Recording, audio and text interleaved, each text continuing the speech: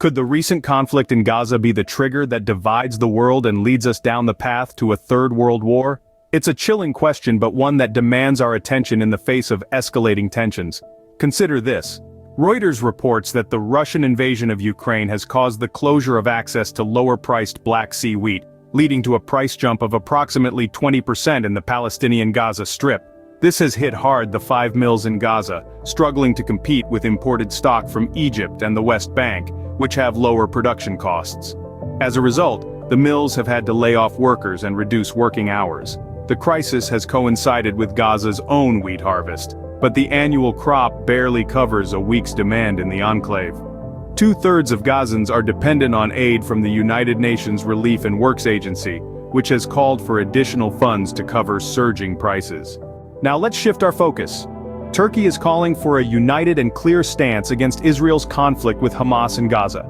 Turkey's Vice President, Fuat Oktay, criticized world powers for condemning violence without taking active measures. The conflict has caused at least 67 deaths in Gaza and 7 deaths in Israel. World powers are urging de-escalation, and the United States plans to send an envoy for talks.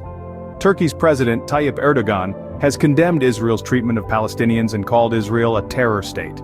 Syria is also in the mix. One Syrian refugee, Anas Katerji, fled to Gaza in 2011 during the civil war in Syria. He's gained popularity for his spicy cooking and opened his own restaurant in Gaza. However, Katerji is unable to leave Gaza due to his illegal entry and lack of valid travel documents.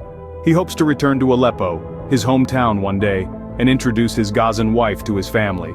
So, what are we seeing here? A complex web of geopolitical tensions, economic struggles, and humanitarian crises.